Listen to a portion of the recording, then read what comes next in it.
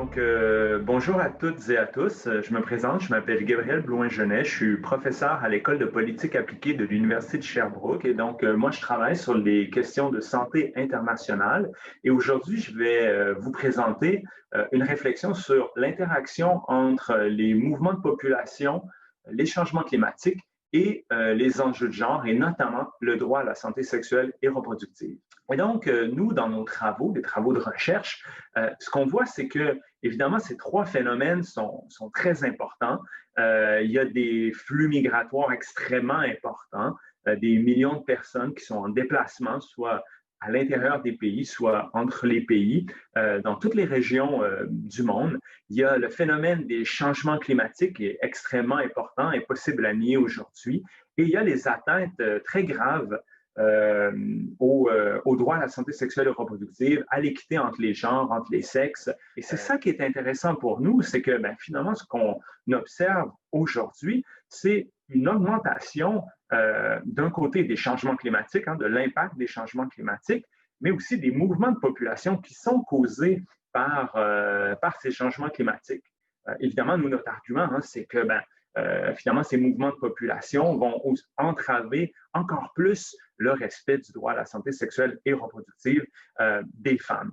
On le voit parce que finalement, ces mouvements de population induits par les changements climatiques sont majeurs. La Banque mondiale estime à environ 150 millions de personnes qui vont être forcées à migrer ou à se déplacer pour des raisons liées au changement climatique d'ici à 2050. Et en 2019, c'était aussi environ 7 millions de personnes qui ont été déplacées en raison de catastrophes environnementales. C'est 2 fois plus que pour des raisons liées au conflit ou à la guerre. Donc, dans ces mouvements qui, en plus, affectent de manière beaucoup plus importante les femmes et les personnes vulnérables que le reste de la population, ce qu'on observe finalement, c'est que les conditions dans ces mouvements de population vont limiter le droit à la santé sexuelle et reproductive des femmes. Donc, on peut penser, par exemple, le non-accès à des ressources hydriques, donc à de l'eau, qui peut entraver la vie tout court, mais la vie, par exemple, des femmes enceintes, des jeunes enfants aussi, également, évidemment, le manque de nourriture, les complications liées à la grossesse qui ne pourront pas être prises en charge dans le mouvement de ces populations-là, la question des conditions matérielles, la question de l'hygiène, qui peut entraver évidemment des problèmes sanitaires liés à la sexualité. Et en plus, il y a tout le problème de la violence, du harcèlement, du viol que vont subir les femmes durant leur mouvement de population.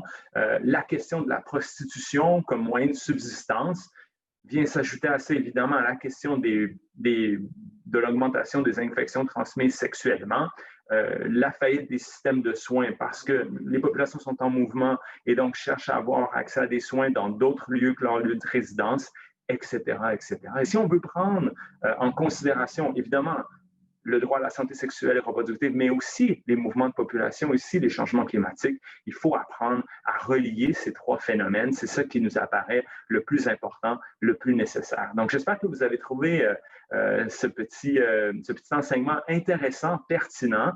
Et j'espère que vous garderez en tête cette nécessité de relier les phénomènes dans un contexte de complexité grandissante. Merci beaucoup.